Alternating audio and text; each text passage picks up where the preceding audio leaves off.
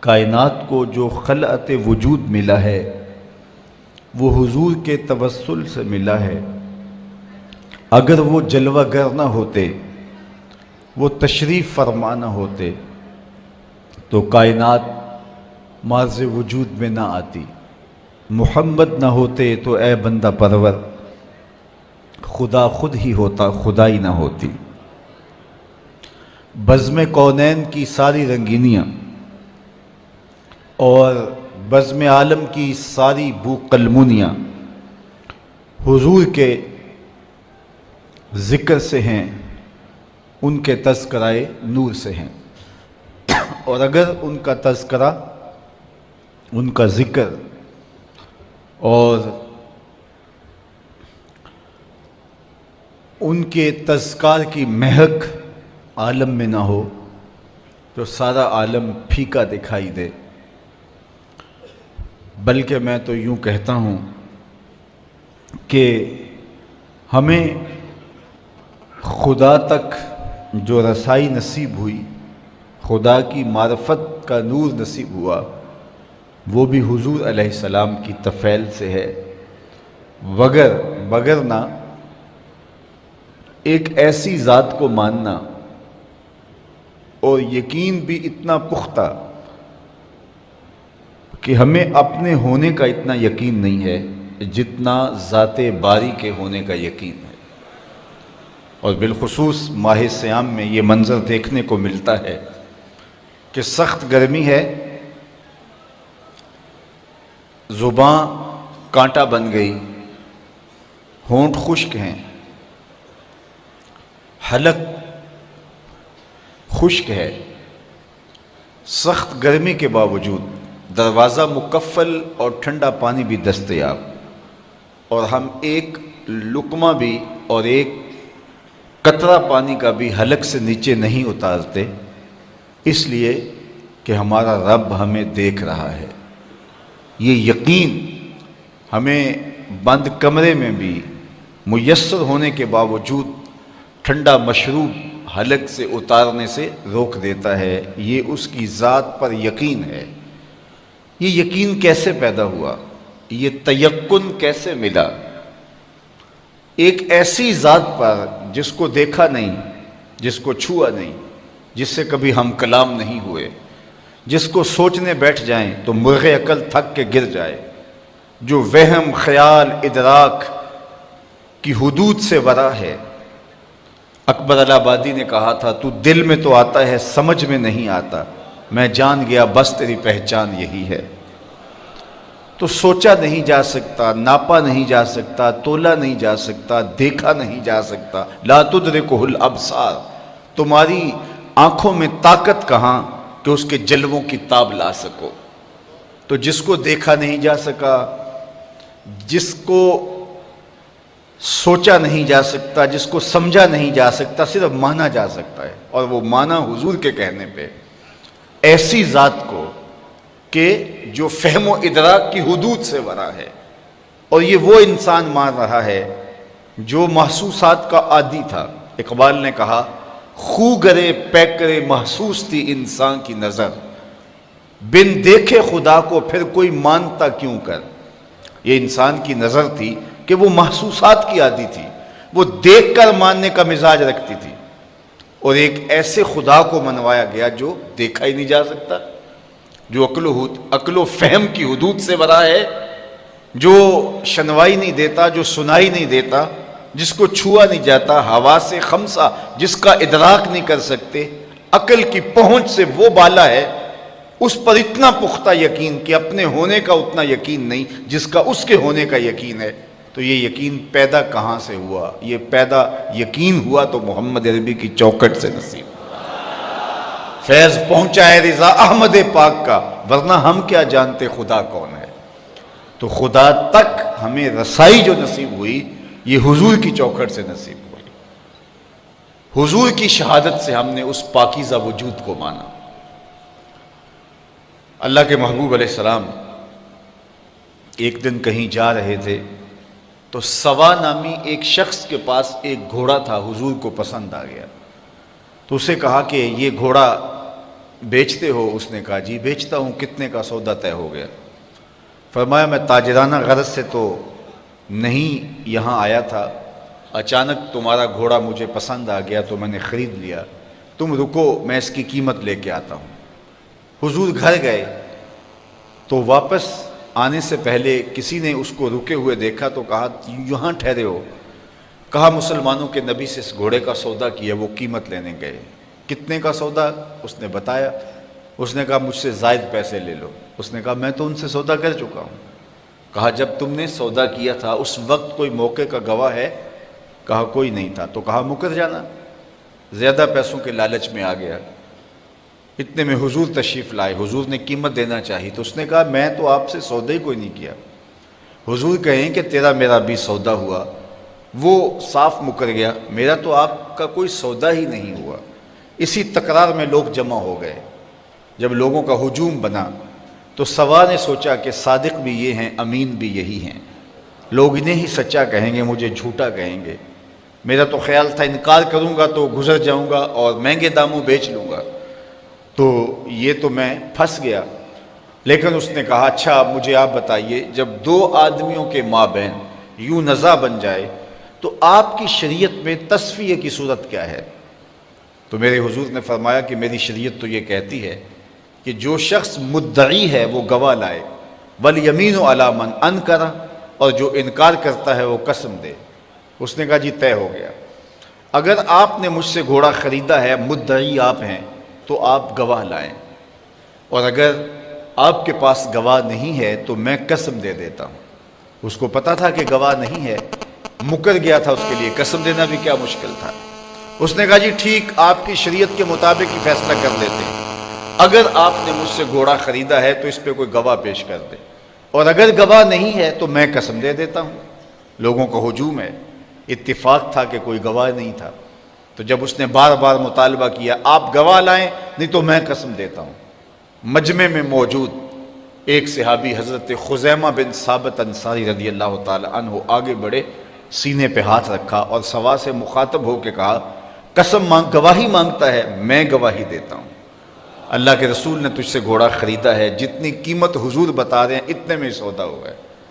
اس نے مفت تو دیا نہیں تھا، زیادہ پیسوں کے لالچ میں آ گیا تھا اور مکر گیا تھا.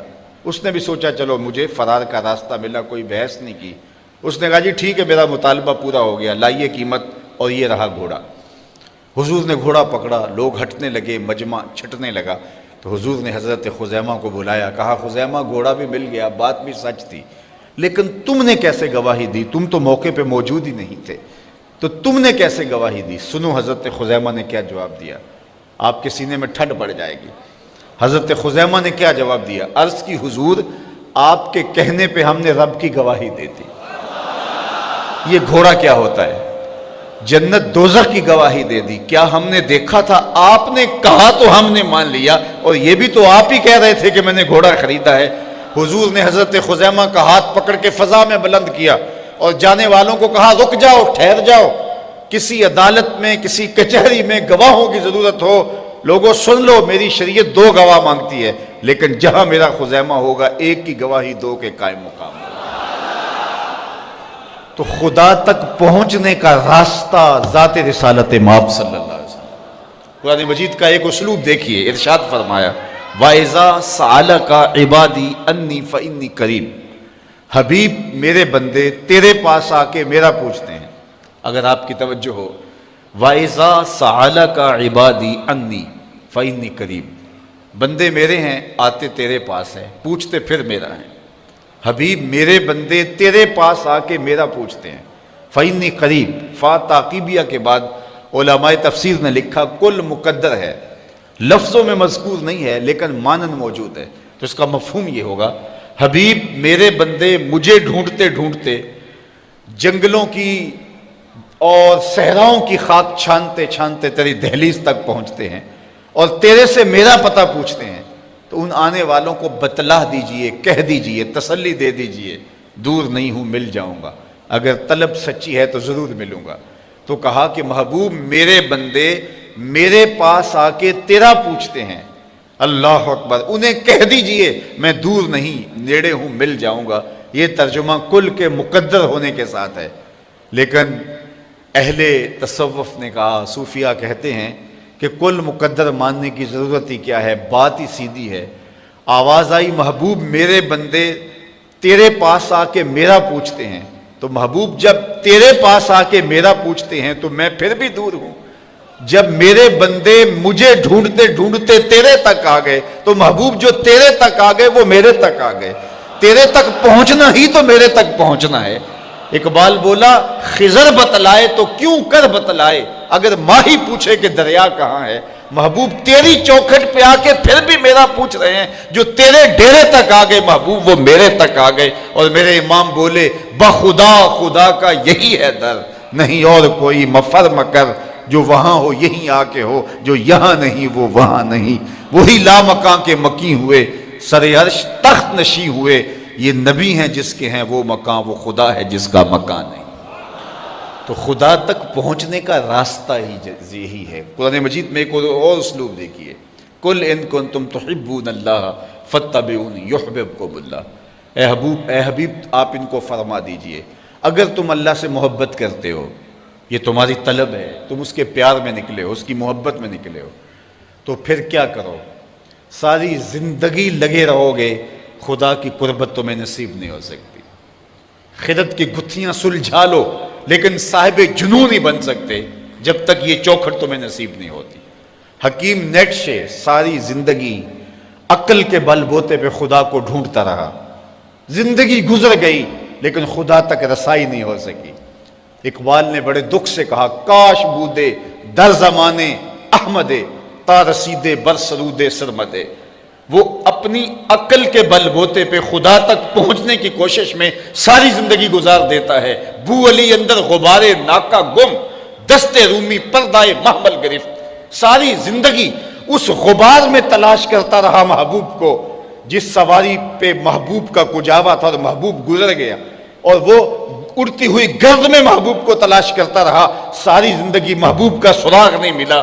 تو کہا محبوب ساری زندگی یہ تجھے ڈھونڈتے رہیں، انہیں منزل نہیں ملے گی۔ اقبال کہتا ہے کہ حکیم نیٹشے عقل کے بل بوتے پہ خدا تک پہنچنے کی کوشش میں لگا رہا، کہتے ہیں کاش ایک بار وہ شیخ احمد مجدد الف ثانی کو مل لیتا اور حضرت اس کو بازو سے پکڑ کے حضور کی چوکھٹ تک لے آتے، پھر خدا تک رسائی نصیب ہو جاتی۔ اس لیے کہ خدا تک پہنچنے کا راستہ ہی یہی ہے، کوئی اور دوسرا راستہ نہیں۔ تو اس آیت کریمہ میں ارشاد فرمایا اے محبوب فرما دو اے لوگو تم اللہ کی قربت چاہتے ہو، اس کی محبت چاہتے ہو، فاتبعونی تو میری اتباع کرو۔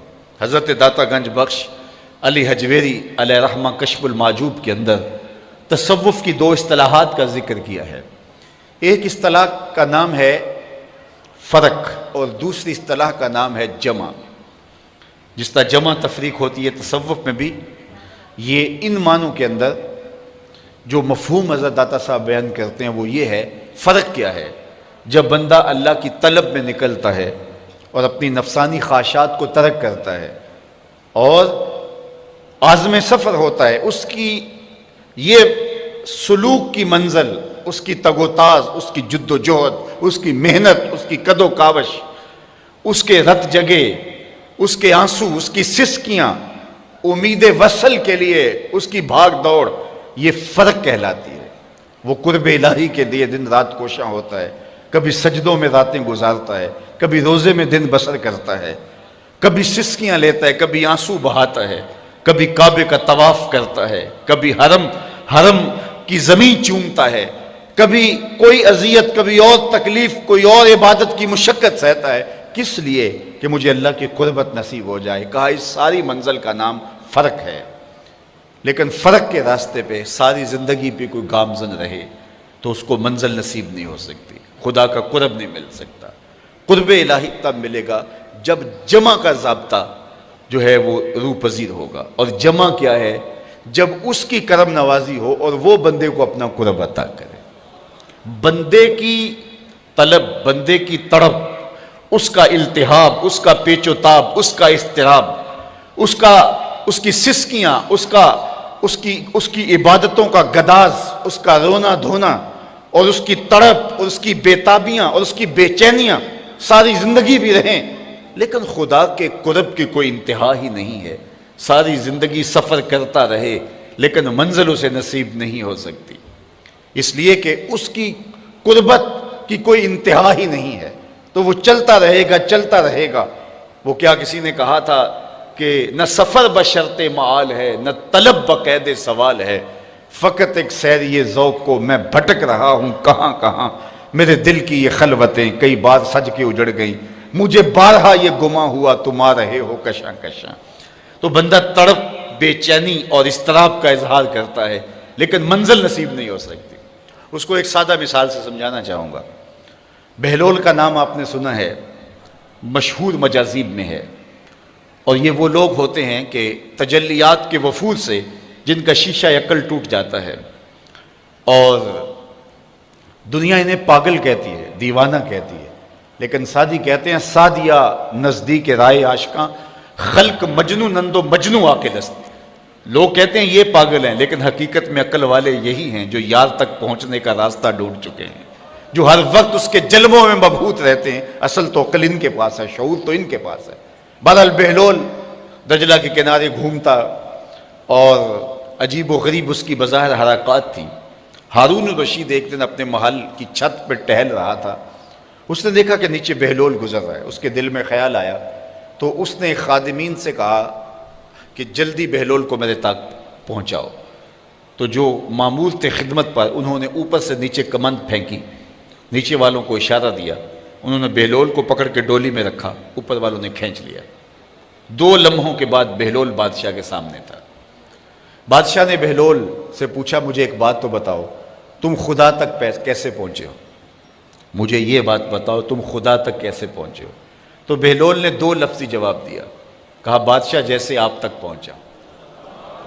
جو اللہ کے بندے ہوتے ہیں ان کی لمبی تقریریں نہیں ہوتی، بات میں سادہ و آزادہ، معانی میں دقیق. اقبال نے جو مرد کلندر کی نشانیاں بیان کی ہیں ان میں سے ایک نشانی بات میں سادہ و آزادہ، معانی میں دقیق. تو کہا کہ جیسے آپ تک پہنچا ہوں. بات تو سادہ سی تھی لیکن ہارون رشید کہنے لگا میں سمجھ نہیں پایا.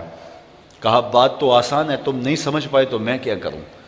کہا تشریح چاہتا ہوں. کہا سنو، میں خود آنا چاہتا تو درخواست لکھتا، پھر دیوان خانے میں جاتا، جمع کرواتا، کئی مہینوں کے بعد ایک پروسیس کے بعد آپ تک پہنچتی، پھر آپ کی مرضی ہوتی تو آپ اس درخواست کو قبول کرتے، نہ کرتے. قبول کرتے تو پھر اپنی مرضی کا وقت دیتے. وہ مہینوں سالوں کے بعد بھی ہو سکتا تھا. پھر اس وقت پہ میں پہنچتا، آپ کے کوئی ضروری مہمان آ جاتے، کسی اور سلطنت کے سفیر آ جاتے تو میری ملاقات وہیں رہ جاتی. تو میں چاہتا تو کئی مہینے اور کئی سال لگ جاتے، ملاقات پھر بھی آپ کی مرضی پہ موقوف تھی. اور جب آپ نے چاہا تو 2 گھڑیاں بھی نہیں لگی، جب آپ نے چاہا تو 2 لمحے بھی نہیں لگے. مانا کہ سفر، محبت کی سفر میں ہر گام پہ 100 مشکل ہے، لیکن یہ سفر آسان بھی ہے اگر ساتھ تمہارا ہو جائے. تو کہا کہ بندہ چاہے تو ساری زندگی فرق کے راستے پہ گامزن رہے لیکن منزل نصیب نہیں ہوتی. لیکن جب وہ چاہے تو جمع کا قاعدہ جب سامنے آتا ہے تو پھر 2 لمحے بھی نہیں لگتے. اب وہ جمع کا قاعدہ کس طرح سامنے آتا ہے تو اس آیت کریمہ میں بتایا قل ان کنتم تحبون اللہ. اے محبوب فرما دیجئے لوگو اگر تم اللہ کی طلب میں نکلے ہو، اس سے محبت کرتے ہو، فاتبعونی، تم میری اتباع کرو. تو پھر کیا ہوگا؟ تم طلب کرنے نکلے تھے، تم تلاش کرنے نکلے تھے، یحببکم اللہ، وہ رب ہو کہ تم سے پیار کرنے لگ جائے گا. یعنی حضور اگر درمیان میں آ گئے تو تمہاری طلب، تمہاری جستجو بامراد ہو جائے گی. نکلے تم تھے محب بن کے، تم اس کی قربت کے لیے کوشاں ہوئے تھے، تمہاری آرزو یہ تھی کہ ہم اس کا قرب پالے. لیکن جب تم نے حضور کو محبت اور حضور کو پیار اور حضور کو الفت کے رنگ کے اندر مانا اور حضور کی اطاعت اور فرما برداری کو تم نے شعار زندگی بنا لیا، تم طلب کرنے نکلے تھے، اس کی رحمتیں تمہیں تلاش کریں گی، وہ تمہیں رحمتوں سے نوازے گا اگر تم حضور علیہ السلام کی اتباع اور حضور کی محبت کرو. اس لیے خدا تک پہنچنے کا ایک ہی راستہ ہے اور وہ حضور کے قدموں تک پہنچنا ہے. اقبال کے سارے کلام کا رس نچوڑیں تو خلاصہ یہ نکلتا ہے کی محمد سے، خلاصہ یہ نکلتا ہے بمصطفیٰ برساں خیش را کے دی ہماؤست، اگر بہو نہ رسیدی تمام بولا بیست. اقبال کہتے ہیں اپنے آپ کو کھینچ کے حضور کے قدموں تک لے جا، سارا دین اسی کا نام ہے، اور اگر تو حضور تک نہیں پہنچا تو